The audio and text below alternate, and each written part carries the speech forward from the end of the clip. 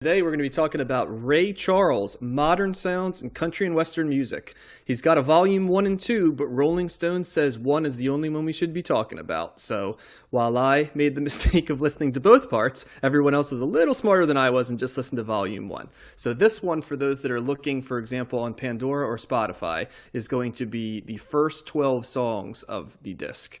They tend to combine them together into two parts. So we're looking at Bye Bye Love into Hey Good Lookin', a pretty well-known song. So we're going to go ahead and start the clock. We're going to get queued up right now, 15 minutes in. And are you guys ready to do some cold listen hot taking? Let's do it. Oh, yeah. All right, so let's start with Josh. Josh, initial thoughts, Ray Charles, Modern Sounds in Country and Western Music, Volume 1. Go ahead. Well, I think it's a horrible title, first of all.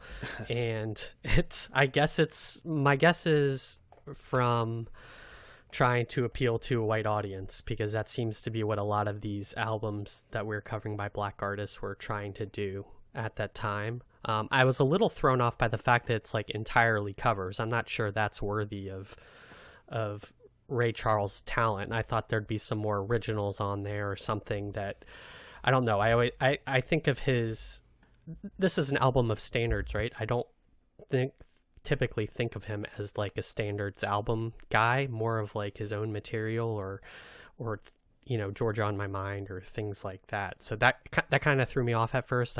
There's definitely, that being all said, I thought the album was really good, and I enjoyed listening to it. I thought I could see why it would be a broad appeal to everyone. I think it's trying to be as non-confrontational as possible, or as accessible as possible to everyone, and I think that the album succeeds on that front.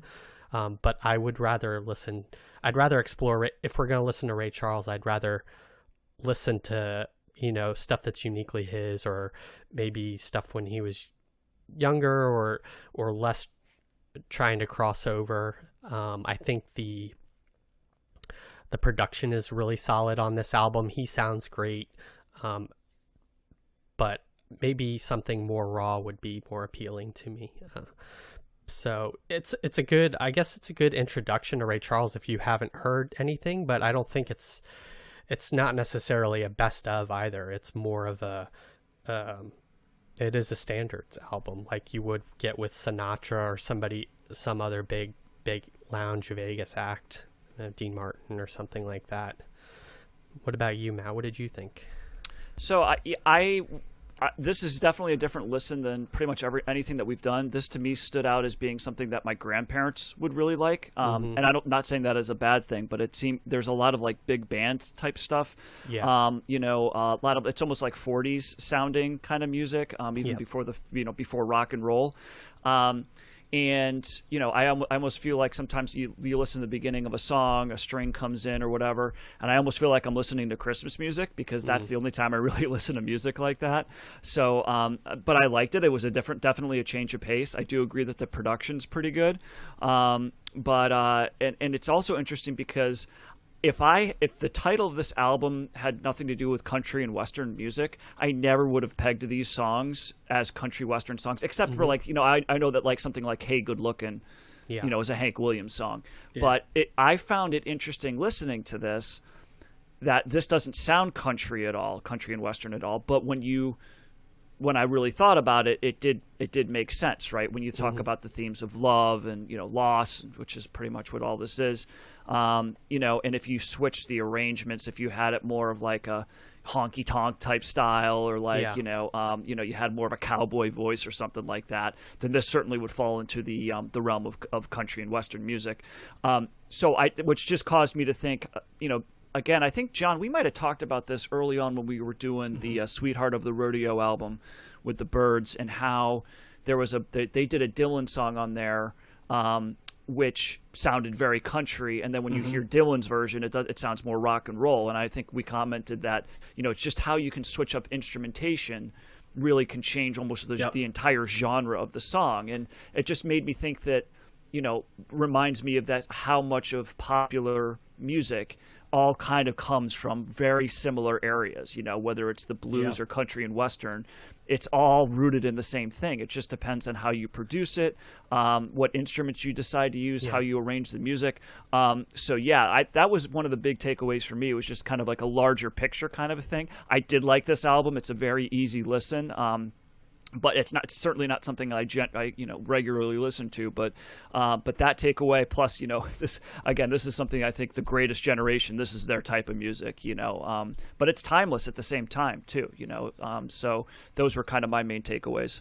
Well, this to me was very much an academic album for me, because I immediately recognized its importance. Because I think one of the things that we need to Matt made a great point in that everything is influenced by, at the beginning, sort of the same touch points, especially in the early 60s, like 50s and early 60s. And this, I know you said it doesn't sound like country and western, Matt, but it does if you know what country and western sounded like in the 50s. And I think what we have to realize is that country and western went through an evolution itself in the 60s, so that it began sounding like the stuff that we've touched on from Sweetheart of the Rodeo or Bob Dylan later period, right? That's kind of what and we'll talk about Flying Burrito Brothers, but they fall into that as well.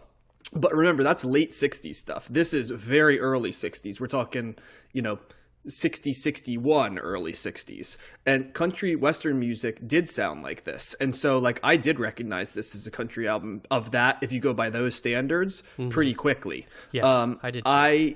I unlike you guys, I did not like this album because this falls for this is one of the first times where I will completely identify this as my biases to musical taste as opposed to quality of the album. I do not like that big band sound. I do not like the plodding pace that a lot of these songs were. The lyrical content doesn't appear. It sounds I know it's funny to say something sounds dated when we're doing albums from the 60s, and I've talked about stuff not feeling like it goes out of the 60s. This feels even more of another era than that does. And I'll compare it to Etta James, which we did in one of the last episodes. That also sounded of another era, but somehow it had an evolutionary quality to it as well, or maybe a timeless quality would be it. This doesn't really have a timeless quality for me. This is sort of like when you look at those posters of man going from the Neanderthal to the modern day. This is the middle of that, instead of man, it's rock music, right? And that's what in country for that matter. Well, that's kind of my take. Yeah, it almost feels like Ray Charles trying to be something that he's not, in a way, or maybe the studio saying, hey, you should do this, but maybe that's not the case. I don't know if I'd agree with that. I might disagree in the sense that I don't know if I think he is a person that had all of these influences. I just think it was I don't know if this was a money grab, really. I think this was just a natural evolution of where all three of those musics were: R&B, rock and roll, and country. I just, if you look at Elvis, for example, there's a lot of overlap between Elvis and country, rock, and soul, right? He kind of was syncretic on all of those things.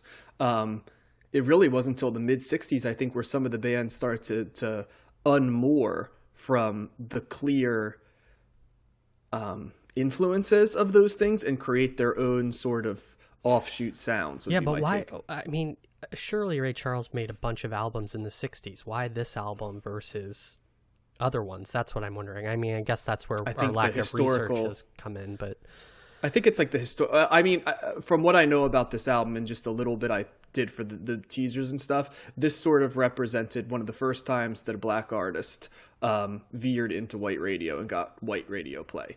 But I never got the impression that Ray Charles was going for a white audience. I think it was more just the white audience was interested in what album.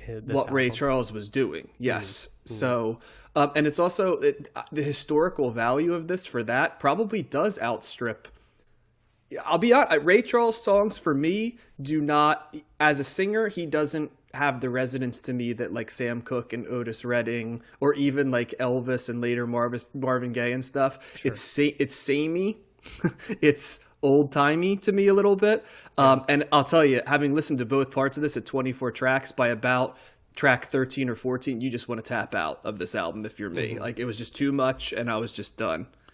I'm going to disagree with something you said, John, because Sure. I'm trying to think about, like, you're like, this does sound country and western. Now, when I think of country and western, I think of someone like Hank Williams, right? And I think he died like in the early 50s. So his stuff was kind of like late 40s, early 50s. Yep. And to me, it's a very different sounding musical style than what you're hearing here. This is more of a big band 40s kind of like orchestrated, like, you know, I don't want to say pop. I guess that was the pop music of the time. I feel like it's like World War II, and this is the type of music that they might have been listening. Whereas Hank Williams is that like, oh, you know, like the the cowboy whale thing, and like is it just how they're singing though, or is it the instrumentation? Well, it's both. It's both because like, you know, Hank Williams was just like he had the guitar. It was a stripped down kind of. There was no orchestra. You know, well, maybe I'm wrong about that. Maybe there was but I don't remember seeing any of his videos or anything like that. That he's got this lush orchestrated, background going on. So I guess that's what I'm saying is that this to me is a separate. Like I said, I think this is, even though there's a lot of ballads on this does seem like more of a big band type album. I do have a series of records, and I do like big band stuff. That my grandparents had that I ended up with because I still have a record player. So, and I'll play that. And I don't listen to it a lot, but when I do, it's a nice kind of, you know, like time machine kind of, is because I guess like who's doing stuff like that today? Maybe like somebody like Michael Bublé or something like that, you know, like these guys that I don't really care to listen to much at all. But there is a piece of this that I do appreciate. But Josh, I kind of wasn't expecting this. I always thought Ray Charles was more, I don't know, not this. More maybe rock and roll, perhaps. Right. That's what I thought too. But this is his highest ranked album. This was the number one ranked album in 1962 on Best Ever Albums, and came in at 119 overall. This is the decade that we didn't cover in the proper 100 records, but this was number one, and it's his highest. I mean, I wouldn't say, oh, this is going to make me want to rush out and listen to a heck of a lot more Ray Charles, but it's fine. It's like kind of like background music to me, you know, and it's inoffensive, and you know, I can't imagine. Certainly it's not your style, John, and I can't say it's really my style either, but I'm totally fine with this. This is a perfectly fine album, but it's not my go-to. Yeah, I mean, I think, you know, I think what we're trying to say is these are country western songs, right? Because they're all covers. I'm sure some of these are Hank Williams songs. They are, but they're just put in a big like orchestra standards arrangement contrast. So you get both. And I never thought of Bye Bye Love as a country song, but it is, you know. You know. Can I add something that I just read right here, by the way? A little context. There's excerpts from Ray Charles where he said when he made the 1962 album Modern Sounds in Country and Western Music, he fully expected to not turn a profit and lose money for doing it.